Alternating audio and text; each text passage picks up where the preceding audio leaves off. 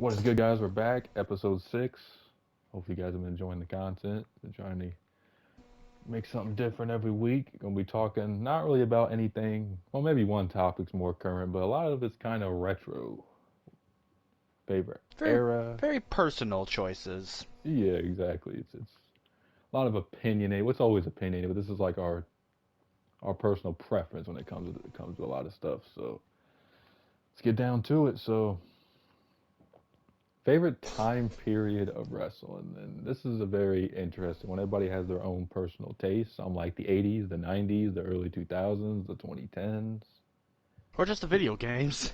Yeah, video games too. I mean, it's really just what you personally liked. So, I mean, QJ, what was your favorite era of wrestling? Mm, Attitude. Yeah, the Attitude Era was very, very fun. That'll definitely be mine too. I just enjoyed. Would you say your reason is because of all just the different match types and stuff they had, or just like the wrestlers you saw? Or what you really like about it? Like the Attitude Era? More freedom. Every wrestler had a moment, not Yeah, just the same wrestlers you see now. Just them mention I a lot definitely of different agree. match types. And Yeah, I feel I don't like know, they just really, blown away from that. yes, they've definitely.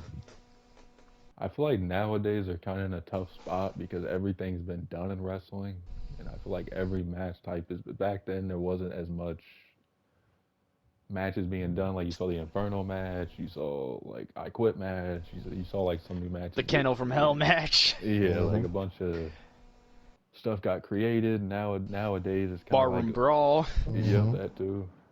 But now it's just like everything's been done, so it's just like, what do we do? I mean, I appreciate NXT doing the Iron Man Survivor match. It was definitely different, but yeah, the Attitude Era just had everything. I mean, I had good stories, had people burning. Had pretty much everything. Just crazy shit. I mean, they were a private company as well, so they could get away with a lot of the stuff they did. So, Tears, what about you? What's your favorite era of wrestling? So for me, I'm actually more of a ruthless aggression guy. I'm talking about like the 2002 to 2008 ruthless aggression era. I know people will probably say like the ruthless aggression era ended before 2008. Well, I'm talking about like it added with that, like the people who were at the tail end of that too. I'm talking about like the wrestling company, or not the company, but the product as well. Um, because I'm gonna actually say this. The reason I was quiet while you guys were talking about that is because I actually found a lot of faults for the Attitude Era for me to actually not like it as much as the Ruthless Aggression Era. Because one of the reasons I don't like the Attitude Era is like, yeah, you said like there's lots of match quality and match ties, but let's look at the main event scene. It was just Rock, Stone Cold, Triple H, and Taker, really, and maybe Kurt Angle here and there, but it was actually more secluded of a main event scene than it was nowadays, because back then, like, if you weren't one of those main guys, you're basically always just going to be like hot potatoing a mid card title. And I always found that an issue. Whereas the Ruthless Aggression era, for me, you knew the best matches, most wrestle best matches, are going to be the mid card matches, like the Intercontinental and US, and the more story driven stuff is tend to actually be the U.S. title sometimes more than the Intercontinental, which is strange to think about for me. But the main event scene, like if you married to that, you were stuck in the main event scene. Like Randy Orton, he became a main eventer in the Ruthless Aggression era. Triple H became one of the biggest heels. JBL became a main eventer in the Ruthless Aggression era. So many people who, when you became a world champion in that period, you were lockstep to be one of the big time players there as well. And let's not forget, we had people like Brock Lesnar in the Ruthless Aggression era. For some reason, like that type of stuff stuck out to me too. And also Van Dam, Jeff Hardy, Biker Taker. Like for some reason, for me, like yeah, you have more matches in the Attitude era, but I felt more joy with what the Ruthless Aggression era brought us. Yeah, ruthless aggression might have been what I meant. I think I sometimes get those two mixed up because of the time periods. Because ruthless aggression, yeah, it did have like a, 'Cause I remember like RVD being the main event. I was like Vince, but RVD in the main event. Like just a lot of different wrestlers were given opportunities and everything. And But I think the reason for that, like, and I know, like I said, the Ruthless Aggression era is one of my favorites, but I can also pull out the bad for that too. Like, I think the reason for a lot of new guys coming to step is because like the Attitude Era, like a lot of the people from the Attitude Era were leaving, like the the Outlaws, or sorry, not the Outlaws, the Outsider. For flip's sakes, the New Age Outlaws. Why am I always having a hard time remembering those two? They were leaving. Val Venus was kind of like having his own issues and all that. Stone Cold, as iconic as the phrase is, took his ball and went home. The Rock went to Hollywood. Like a lot of the Attitude Era guys were just not sticking around, or they stuck around too long and became irrelevant, except for The Undertaker, because, well, it's The Undertaker. And even Kane became more fan favorited, more fan. I don't know how to describe Kane. he It's a became weird thing. more He was badass.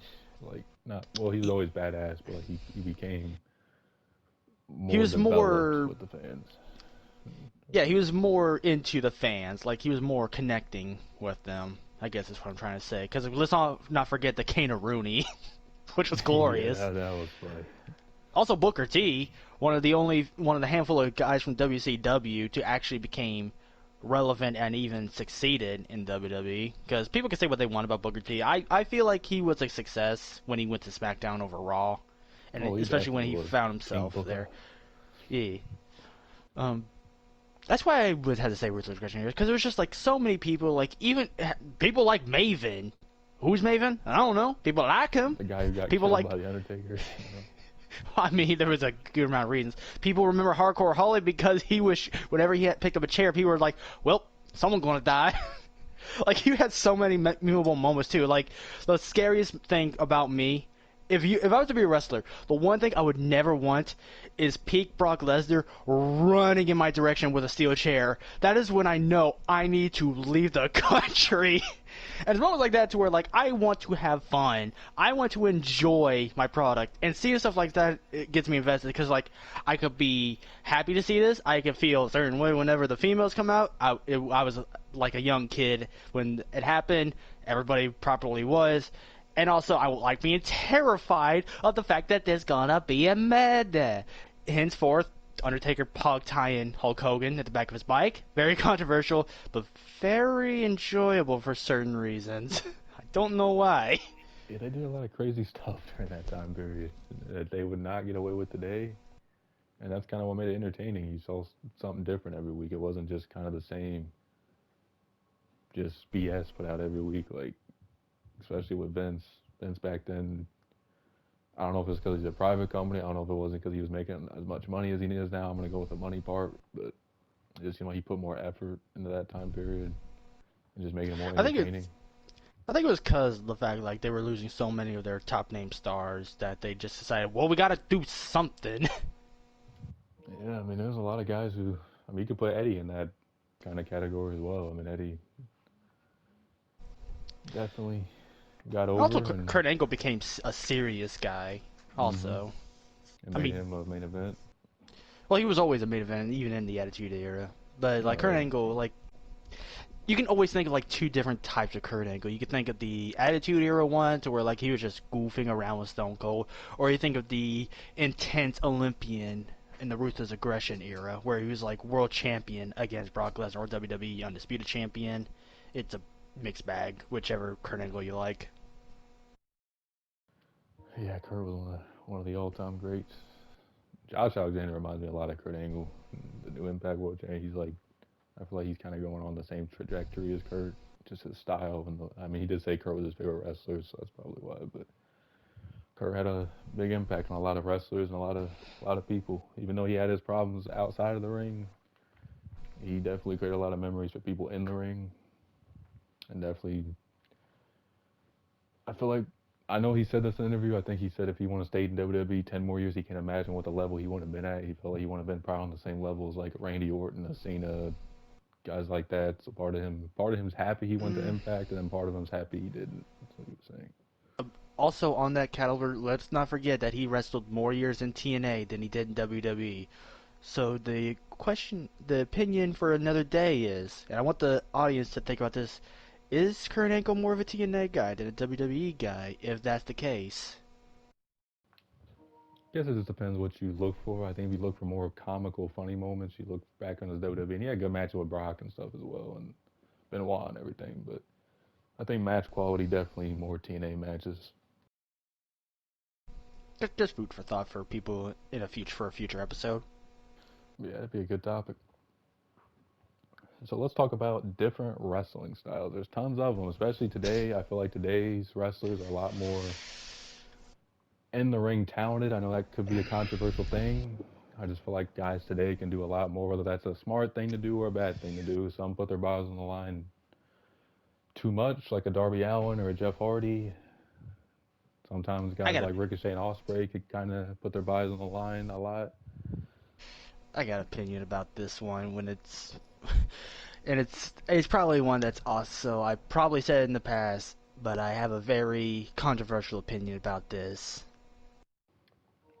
Well, Terry, since you have such a controversial opinion, the floor is yours. What is your favorite wrestling I style, and what do you like about the benefits of having two wrestlers with two different styles facing off? Do you like that, or do you think there's too much of it? What's your opinion?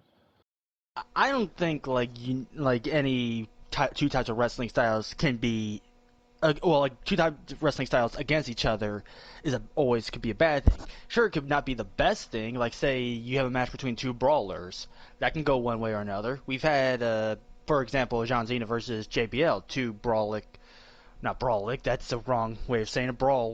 Brawler type characters, but JBL also is somewhat of a Haas type powerhouse. Um, and that match was physical. Like we remember the image of John Cena just gushing like blood and all that.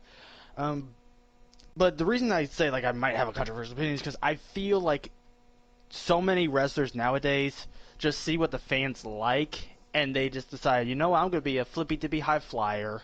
Like nothing against Ricochet, nothing against Ospreay, but one of their matches that they had in the past is kind of an example of okay, this might be an issue because I feel like it's gotten to the point to where like wrestlers who are starting nowadays will just see that to where like people like flips and nothing else, and it started to desaturate the pool of styles. Because I like technical wrestling. I like people like Daniel Bryan, and nothing against Zack Sabre Jr., but I feel like he's too much of a technical guy for me to keep track of. I could be impressed by it, but I like it to be like a little bit more toned down. Like also Pete Dunne.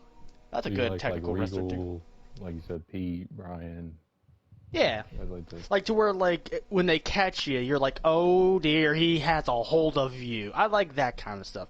Yeah, I can enjoy high flying, but I, this is gonna sound weird, but high flying is actually one of my least favorite wrestling styles. I gotta be honest. It just feels like you're just doing over the top work. You're kind of just doing a more convoluted, more injury prone splash. Like nothing. I'll I'll ask put you it this this: way. before is it like what Cornette said? Do you think it looks too rehearsed sometimes? Like guys are just doing gymnastics? 'Cause I know that's Cornette's biggest gripe is like guys just make it look too choreographed and too. It doesn't look like really wrestling. It just looks like guys are just jumping and doing flips. Like is that why you don't like it as much? When he first said that, I disagreed because I was saying like wrestling is performance, and I told my sister about this. If you're saying wrestling's fake and here's proof, then you got to say movies are fake and you can't enjoy movies either. But like looking more into it and like watching it for as long as I have to say like I kind of do. Like I mean, I'm not saying you can't do a 450 and all that. Like you got to have something there. It just feels like it could be a little too much. I feel that high flying is the reason it's my least favorite. I mean, okay, it's my second least favorite.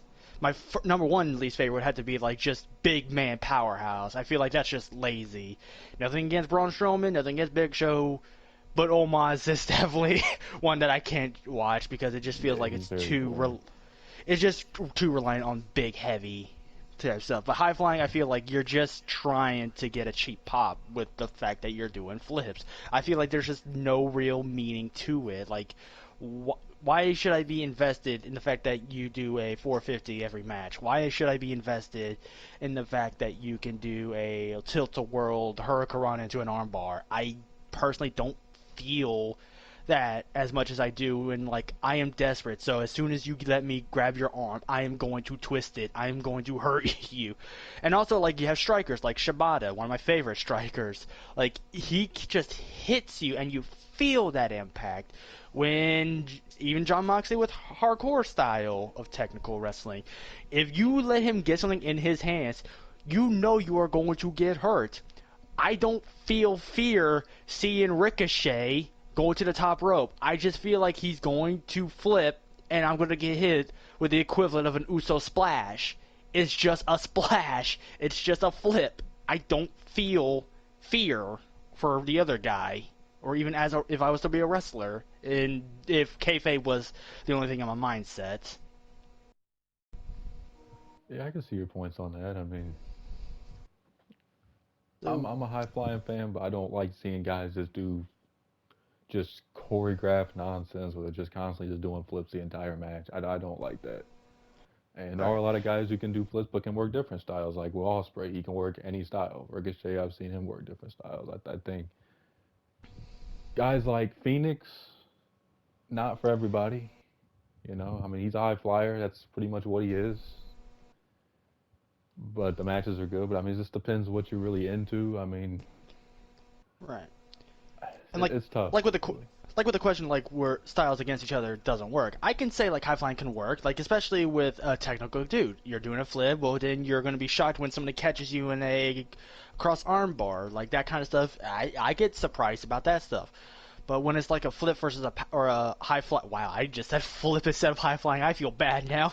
But high flying versus a powerhouse, I'm not sure I can believe that because I remember the 2010 Royal Rumble, Undertaker versus Rey Mysterio. That one kind of something about that match that doesn't feel like it should happen. Like Undertaker can catch Rey Mysterio, and since he's a powerhouse dude, it should just be that. Whereas Ray, it felt like the only way Ray was able to get offense if like he sneakily made Undertaker lose a step, which that could work, but at the same time, you're just relying on. Sorry to sound like that guy, flippy dippy stuff. Yeah, it depends what kind of like. It depends how them guys work together. Because like, Yeah. Ricochet and Walter, they're completely different styles. And they had a match on SmackDown the other night, and Ricochet wasn't doing a lot of high flying stuff. I mean, he was, but it wasn't like a lot because he was just slapping Walter across the face. Like, you know what? You're gonna slap the shit out of me. I'm gonna slap the shit right back. Like it's good when you see guys change up their style, but not everybody can do that. But QJ, you're a huge high flying fan. What is your take on all these different wrestling styles, and what's your favorite? And do you like the amount of different styles we see in today's wrestling? What's your take? Yeah, I'm into high flying. Just depends what type of style. Like depends how you match up. High fly versus high fly. You can expect to see that more. High fly versus technical. I like seeing them type of matches because you can see them switch up. People need to watch Ricochet and Pete Dunne champ versus champion. People thought Ricochet was gonna do a high fly in that whole match, and he was doing technical. I was like, hold on, this guy doing technical, and then I think of things like that. Right.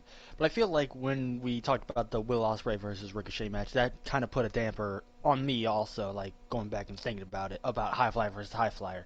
It's just the fact, like, if that stuff can happen, it's not going to be a good case scenario because they're going to just be trying to do so much to the point to where, like, you're just lost and you don't feel it.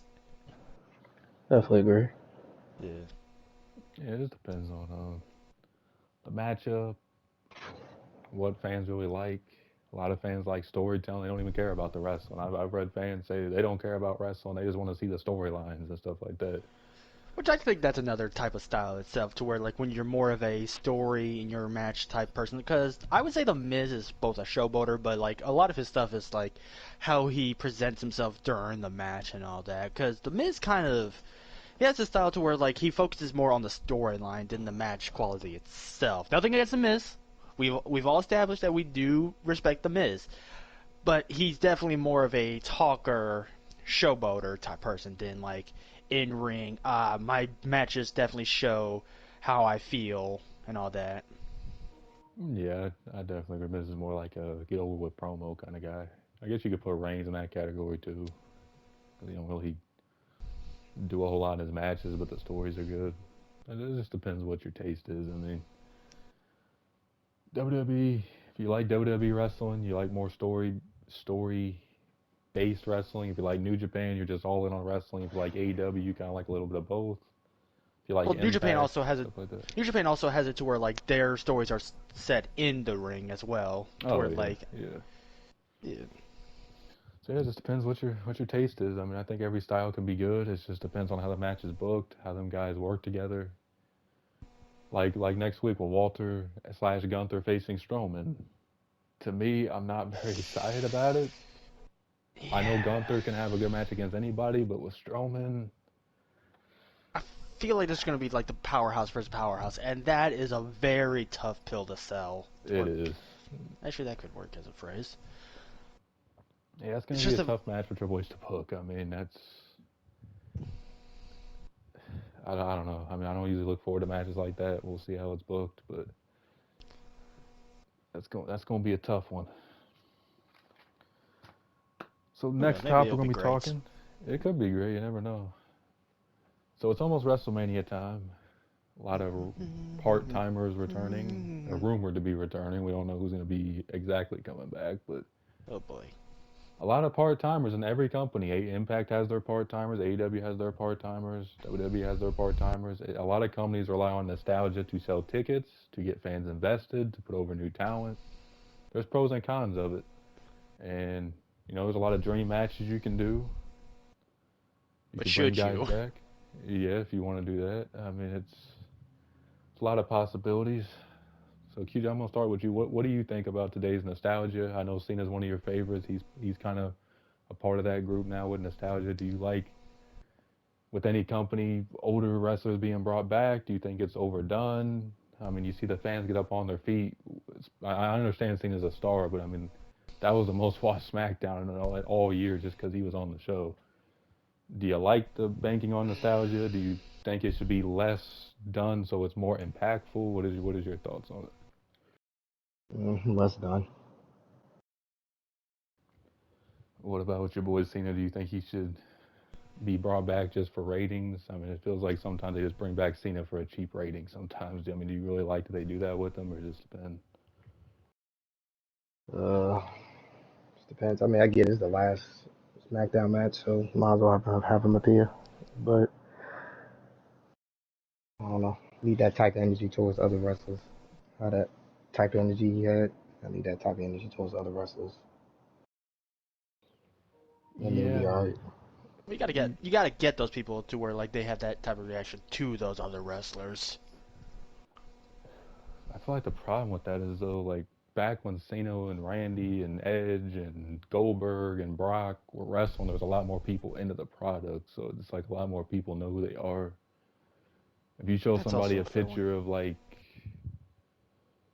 Walter, for example, he's a big name right now, but a lot of people wouldn't recognize him because they either don't watch it, they don't really know who he is. So it's like a lot of fans hear, oh, Edge is going to be on the pay per view, or Cena's going to be on the pay per view, or Stone Cold and Rock's going to be wrestling. It gets more people watching because more people watched it back then. So like, oh yeah, I'll tune in. Let me see The Rock, Stone Cold. Yeah, I remember like a person at work that said they used to watch wrestling way back in the day, and Edge was one of their favorites, and it made me feel even older. The fact like, man, this person doesn't even realize Edge is back. But at the same time, it's just like, man, when Edge was one of the top guys, and that's what one of the people that got them to stay in wrestling, and they left after a while, and they don't even realize Edge is back. It just makes me realize that I'm my time period as a wrestling fan is like when I like the type of wrestling that I can always go back and watch and always enjoy is that time period to where people would nowadays call it nostalgia, and I'm just like, I don't know how I feel about that. Yeah, it does make us all feel when fans say that. I mean, I get it with nostalgia. I mean, especially with like AEW, I get why they bring guys like Sting in and Jeff Jarrett. I mean, they're recognizable names, and at least they're not pulling events and having them win world titles. I don't have complaints about that. I just get annoyed Yet. when, yeah, yeah, yeah. I I, mean, I'm saying that for Sting because it's Sting. Sting can, for some reason, that dude does not know how to age. no, he don't. And he did say he'll probably be retiring pretty soon, so he's probably got a few matches left in him. He said he's always gonna be doing tag team matches with Darby, so he's never gonna. I don't think he's ever gonna do another one-on-one. It seems like. But I mean, with nostalgia, I mean, it's a business at the end of the day. I get it. You want to sell tickets, so I mean, I can't get mad at companies for bringing older guys back as long as they don't take up main event spots. But The Rock's facing Reigns in the main event of WrestleMania. It's happening, but it's probably gonna be last year's WrestleMania was the most watched in history, and this year if they have Stone Cold, Cena, Rock, and all them on the show, it's probably gonna even pass that. So I mean, they're doing something right at the end of the day with bringing part timers back. Every company. So I mean, it's just these guys are recognizable. I mean, On one hand, and like I can get why like they do the nostalgia thing, but on the other hand, it's just like, is it really a good thing? Because I don't feel like relying on the nostalgia is a good thing. Like for the week to week with the week product, but like say I'll put it this way. This is also like one of those things where like I took time to think about. I think what they did with Brock Lesnar definitely worked to the point to where like if you remember Brock Lesnar, like when he was world champion, it worked because hey, it's Brock Lesnar. I know this dude's a monster. I know this guy's a beast. I know this guy because I grew up watching him when I was first starting to watch wrestling, and now that he's back and he's world champion, there's that. But since we barely saw him that much, for a lot of people, that nostalgia never went away because once again, is Brock Lesnar. But it also lets you like stick around to be like, okay, he's going to show up on this card. I don't know when he is going to actually show up, but it allowed me that fan to see that who else is on that show, and we're like, okay, I'm liking this guy. Now when do I get my dude though? But and whenever they're not there, you still have like these other people. Because I remember sitting down and watching Raw with a full house, and somebody who hasn't watched wrestling in years, guess who they said was one of their favorites? Like of the Mysterio. new guys that they do, Titus O'Neil. They wanted to become a fan of Wow. Titus O'Neil just because he was good at passing the time for him, which I found interesting. But he was a fan of people like Rey Mysterio, like you said, yes. But I think like for nostalgia, it does kind of work because it allows people to, when they're passing the time for their dude, to see these other guys and wind up becoming fans of them. Yeah, it works, especially like let's say they do Braun Baker versus Goldberg. Not that I would want to see that, but let's say they did do that.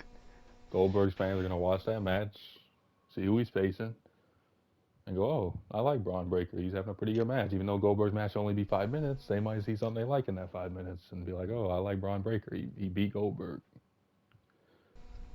Right. So it Or could work. here's a way of using nostalgia for Braun Breaker. Say, like, yeah, he's actually a Steiner. He's Scott Steiner's nephew. He's Rick Steiner's son. That's a way to use nostalgia for that, like to get people to like acknowledge this guy because he's a nostalgic name family for this guy, or like what they are doing with Baron Corbin with JBL. That's a way of using a nostalgic person to help get somebody else over as well. Yeah, it just depends how you book it. I mean, it definitely could work in certain scenarios for sure. I mean, Now, how they're using Edge is kind of like, is that really using nostalgia or is it just using Edge? I think it's more using Edge. I mean,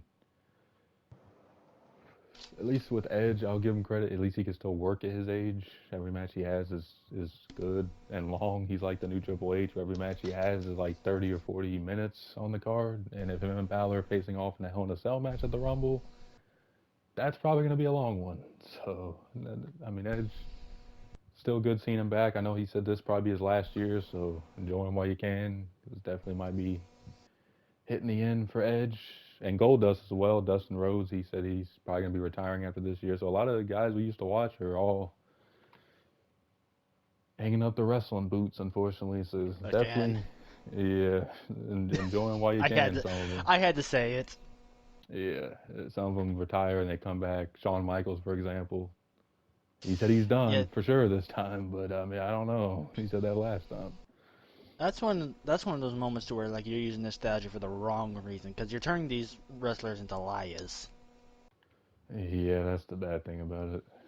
Yeah, Sean should never came back. I know he got a lot of money, but I would think he has a good amount of money. But yeah, that match is just a complete disaster. So let's talk about the crowds. A lot Oh of boy. WWE crowds today. I mean, I get it. A lot of casual fans go to the shows.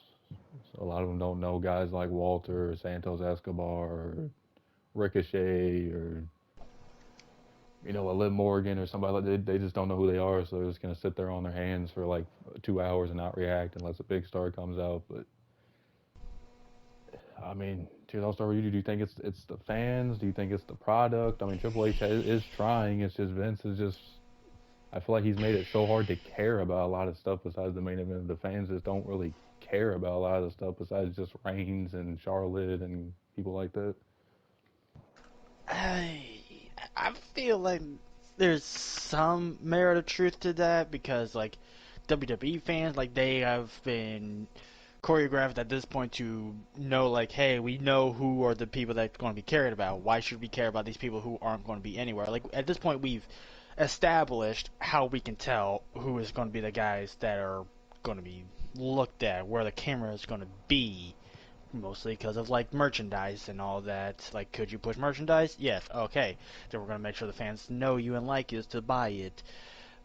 But that's also a problem, like on the fan space, because like if these fans are as smart as they say they are, and I'm not disrespecting them, then they should realize they have control on who does get pushed in some cases. Because like look at Rusev, yeah, they tried to kill it, but it didn't work.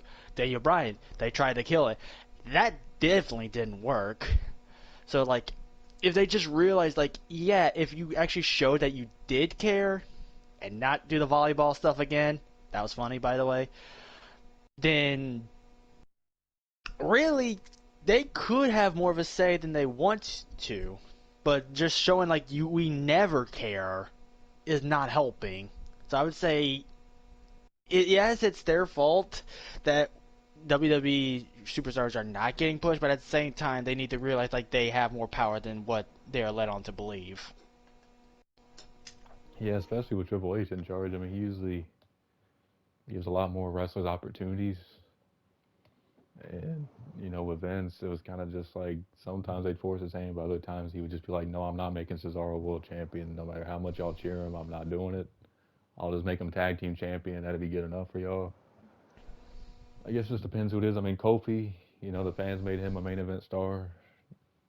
Kofi Mania, it was a great moment. I don't like how they ended with him getting his ass kicked by Brock. That was just It wasn't ridiculous. even his But ass kick; it was just done.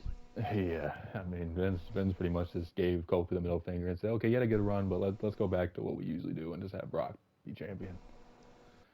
I mean, fans just got to show a little bit. I understand they don't know a lot about these NXT guys, so they're not going to react to people like Raquel Gonzalez or Santos Escobar or newer call ups, but I mean, you gotta at least give them a chance. I mean, it's just like half the time they come out there and the fans just don't even care. It's just like they're just there to just see Reigns and that's it half the time, especially on SmackDown. All right. You So gotta we'll show see. like you do care. Yeah, and then it also depends on the area you're in. I mean, if you go to Brooklyn or Philadelphia or Chicago, those crowds are always good, but some I mean, hell, areas look are at just Ronda. They stopped Ronda from being world champion. yeah, they did, and they don't really react to her and Baszler too much either. So I mean, I get it and I don't get it. But QJ, what's your thoughts on the crowds overall in WWE? Mm, well, Vince got them so brainwashed, so how the crowds kind of follows because your reign made Reign so damn dominant. That's all they fucking care about. And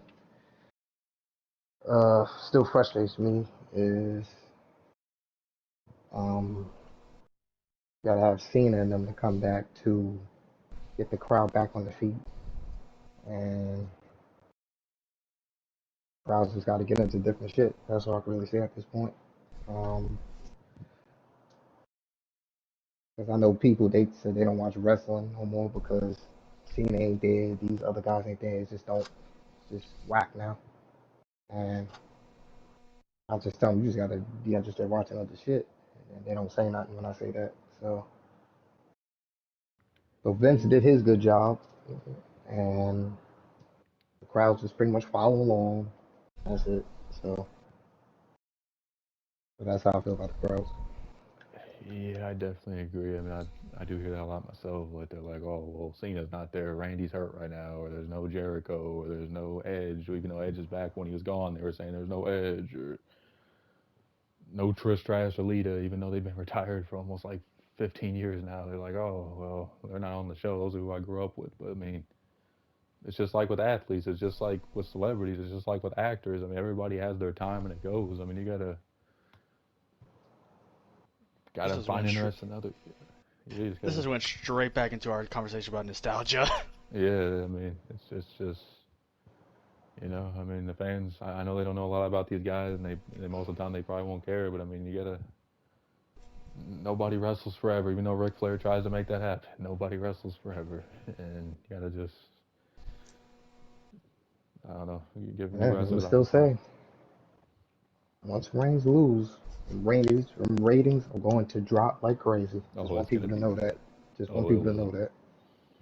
Them fans are not gonna like whoever's only if it's Cody do I see them being okay with whoever beat Reigns and Sammy maybe. Other than that, if it's somebody who's like a Braun Breaker or somebody like that, they are not gonna give two shits about that. They're just gonna be so mad Reigns is leaving and going to Hollywood, and they are not gonna like it. But I mean, he's gonna have to lose eventually, so we'll But you see what can't blame the happens. product. Just gotta blame the crowd. Yeah, because I mean, especially on Raw, them crowds are just bad. I mean, I understand it's a 3 hour show, so it's just like overwhelming at times. But man, it's like they only react to Seth Rollins, Becky, and Belair. Everybody else they don't give a shit about on that show. It's kind of pathetic in a way, but they're the ones paying money to go sit a show and not react. So I mean, that's Mm-hmm. their money they're throwing in the trash, I guess. But man, it's hard to even watch them shows sometimes because I mean, you want to at least with AEW and Impact, you feel the energy from the crowd. With Raw, it's just like Yep. I don't know. Hopefully it gets better, but with Vince back in the fold, uh, we'll see on that. So this last topic, we're going to be talking about our three favorite wrestling matches of all time. It could be any company, any time period. There's no restrictions. It can be based off wrestling. It can be based off a story. It could be your favorite wrestlers' matches. It could be a Anything you goof want. match. Yep, it could be anything you want. Whatever your personal favorite three matches are. So QJ, I'm going to And start just, with you. Oh, go ahead, Durs. I say, and just to disqualify this, because it would probably be one that we all pick. We are disqualifying the Hulk Hogan and Shawn Michaels match from Yeah, just toss from that out there. SummerSlam. That match was so memorable and favorable to watch that we just had to disqualify it. Yeah, because yeah. So we're gonna go each give our three, then two, then one. So QJ, what'd you put as number three on your favorite matches of all time, and why'd you put this match? I have to give it to Cena Cesaro overall for the United States Championship. That was a really good match, and why did you put that as your number three, Cesaro and Cena? I like the energy in it. I actually saw them actually go all out and to prove fans actually realizing, damn, I didn't know Cena was this damn good. They got Cesaro like, why don't you push this guy? They kind of bring the best out of each other. I remember I posted on TikTok like so much spots I had to edit. It's just ridiculous.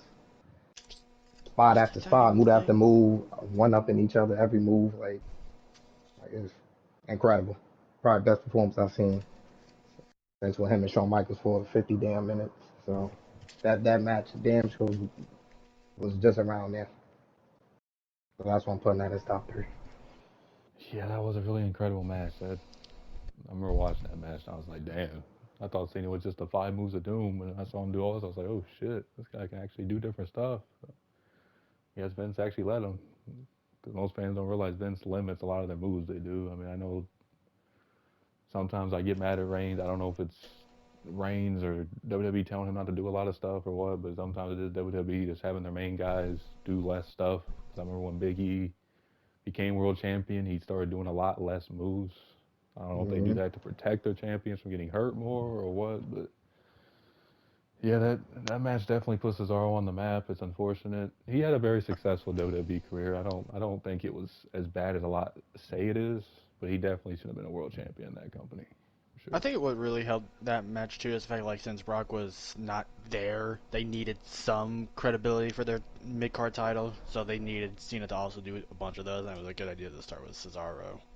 Oh, definitely. His open challenges were really what helped the U.S. title, and to Hmm. really with Triple H taking over, he's made it a lot more relevant. But with Vince, I mean, that was really the last time, and that was what 2014, 15 when the U.S. title was relevant. I mean, that's kind of ridiculous that it's been that long since it was actually relevant. But yeah, that was a hell of a match. So, Tears, what about you? What'd you put as number three on your top three? So I just want to point out that my top three are how I feel at the moment, to where like I can go back and watch these right now and have a jolly good time watching them.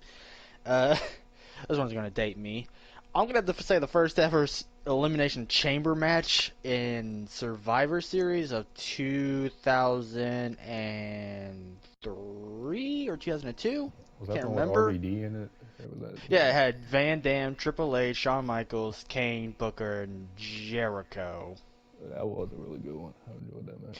And it's also the one where Van Dam crushed Triple H's windpipe, Oh but man, that Triple was bad. Oof, I remember uh, seeing that. just something about that, and just seeing like the actual fear in everybody's eyes, to where like this is something to where like you feel like this is when the elimination chamber was perfect to sonify like this is the most dangerous match there is, because you just see everybody's face and it's just like, oh dear, this is not what I signed up for. And plus, like, let's also not forget this. This was like when peak hatred for, well, one of the peak hatreds for Triple H was, and he was not the guy who won. It was Shawn Michaels, and Shawn Michaels didn't even want to win the match, I believe. And it also helped because it was like I believe three storylines actually going on at the same time during it, so it was like the perfect way to, do all the storylines justice and also get just debut a whole new match itself. And I just personally just very much enjoyed like that kind of stuff too. It was just like crazy matches. Yeah, it was a good first chamber match. A lot of stars in it. And Elimination Chamber's approaching this year in WWE, so Oh well, I'm go now figure. getting hyped for that. Yeah, it's gonna be Elimination It's Chamber. almost like I definitely planned that. Yeah, that's funny. Yeah, that was a very good chamber. Besides Triple H almost getting his throat crushed. And other And than the fact that that, he was able to still wrestle too. yeah, that's a During, lot of art right there. And that's why I always tell fans, like a lot of them think it's easy to wrestle, but I mean, situations like that can happen, and you really gotta time, especially off high risks. I mean, you could mistime it or land on wrong on somebody or whatever, and it could get very bad. So I think it was because like he didn't know where he was landing during the move. yeah, that's probably why. 'Cause didn't he jump off the top of the pod? Or Yeah, I think that was the yeah, spot he was supposed to be doing, but it was just like I don't know what the hell I'm doing. I jumped off ladders, not pods. yeah, jumping off a pod would be very scary, especially yeah, that would be a scary thing. So for my number three, I went back and watched this match last month. Andrade against Gargano at NXT Takeover Philly. I just love the match, love the story, just loved everything about it. Was that the first match or the second? I think it was the second. I could be wrong though. But I mean, it went about 30 to 40 minutes. Gargano just kept fighting and fighting and fighting. He was like the underdog of the century at that point. I mean, he was so over with the fans. The crowd was just electric. Zelina and Candice fought. That was dope. I mean, it's just everything about that match. Probably, in my opinion, the greatest NXT match of all time, and the first five-star match WWE had since Cena and Punk. So it was just incredible. Loved the match, and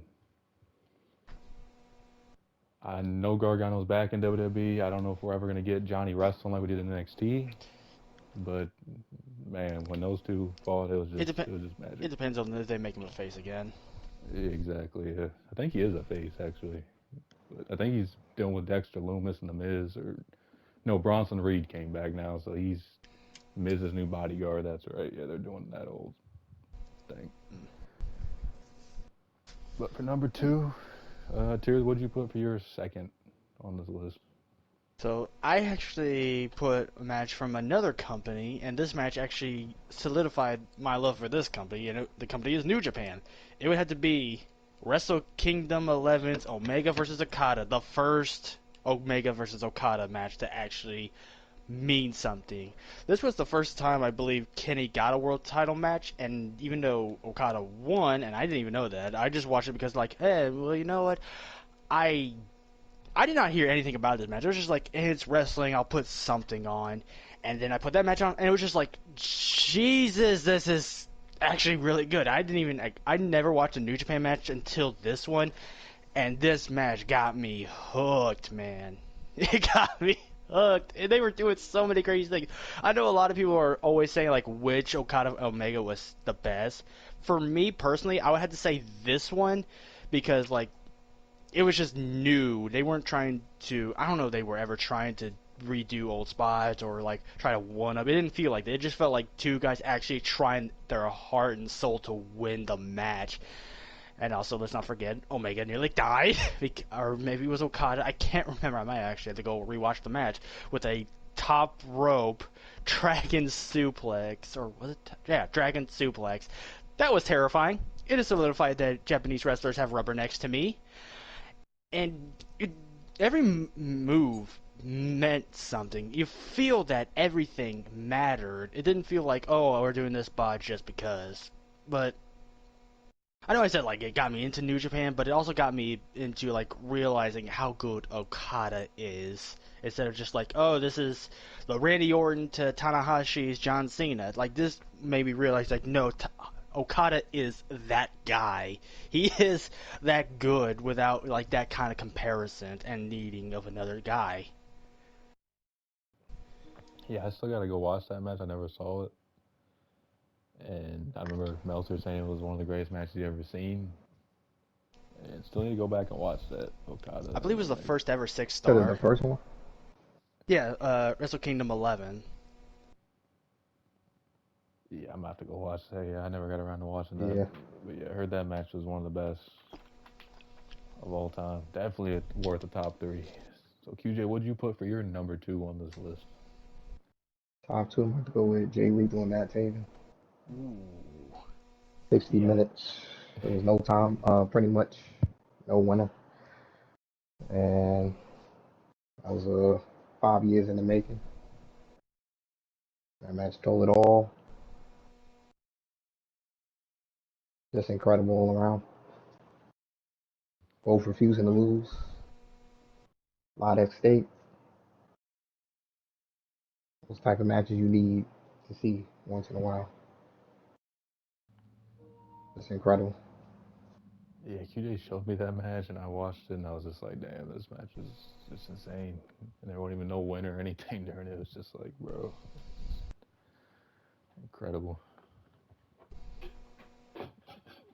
Yeah, not every 60-minute match is gonna live up to it, but that match definitely was one of them. And definitely worth the watch if you guys ever watch these. All these matches we're saying are worth the watch. If you guys haven't watched any of them, definitely give them a look. For me, number two, I'm not trying to sound pro WWE because I'm not, but I put Sasha and Bailey, their Iron Woman match they had at NXT Takeover, That was a Respect good one. 2015. Mm-hmm. Probably the greatest women's match in the company history, in my opinion. If you never got around to Yeah. watching that, man, that match was unreal. I mean, they tore the house down. I think it was Sasha's last match in NXT before she got called up, if I'm not Mm-hmm. mistaken. Yeah, it And was. yeah, so it was kind of her swan song, which Triple H was really And good at with NXT, kind of I letting believe that people. was also like when we had all four of the horsewomen of WWE like come together at the end and Hmm. just all say like we appreciate you fans and all that jazz. Yeah, it was just a great moment for all of them, and really put them all not on the map, but it kind of made fans be like, damn, Sasha and Bailey could really work. This match is like crazy. It made you notice. Yeah, Mm-hmm. exactly. Yeah, it was, yeah, definitely one of the best women's matches I've ever seen. So, Tears, for number one, what did you put on your list?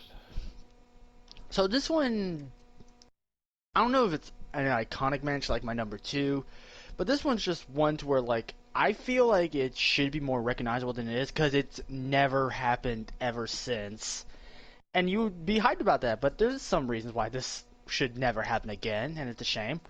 It would have to be they never really called it this, but the Armageddon Hell in the Cell match that Mick Foley created, a 6-man Hell in the Cell match, and like I said, it never happened again ever since, and it never happened before that either. It was Undertaker, Kurt Angle, Triple H, Stone Cold, The Rock, and Rikishi. Probably the six biggest names of the Attitude Era, which goes back to what I was said earlier about like the Attitude Era didn't really have that many big names because they had to add Rikishi as sixth, and that's a development. But it's just the fact like I just feel like when it comes to that type of stuff, it's just interesting because it also makes you realize like there is so much that could happen and so much did happen, and the fact that we never had it happen again means a lot more to me. I guess you could think about it because like yeah, I could say a buried alive match was important, but there's been multitude of them, and if it's the Undertaker, you know he's gonna lose. However, like the 6-man Hell in a Cell, that like I said, only ever happened once, and it was, in my opinion, probably one of the most memorable Hell in a Cell matches there is because of the chaos, the destruction that was in it. I know I'm sounding like that guy who like I like chaos, I like destruction, but you also got to think that was the Attitude Era. So I think if you were going back and say like we need a match to describe the Attitude Era, I would say the 6-man Hell in a Cell. Yeah, that 6 man Hell in a Cell was pretty nuts. Definitely a historic match. Definitely a lot of big names in it. I don't know if Got we're all ever the to big see that names. again. Yeah, they're all big names. I mean, I don't know if WWE ever do a 6 man. I know it's never say never, especially with Triple H in Well, they charge would and have to everything like have that. 6 names to even put in it. It's like 6 names that are that level. Because that's what I was saying about earlier about the Attitude Era not having big names. They had all their big names in that one match alone, and made you realize that. Yeah, because I mean, you can't just put a jobber in there with 5 man event guys. You gotta have somebody who's kind of on that level or at least close. That was good. They put Rikishi in there. That's a good. That was a good match. Very memorable match. And Also, Kishi died in the back of a truck. Let's not forget yeah, that that. that was a funny moment. Yeah, definitely we're number one. QJ, what about you? What did you put for your number one on this list? My top one, I have to get it to John Cena versus CM Punk, Money in the Bank in Chicago. I'm gonna tell you why. Putting that as top one. Putting that as top one. Wish I was there in that Chicago crowd. That energy was off the roof as soon as that match started.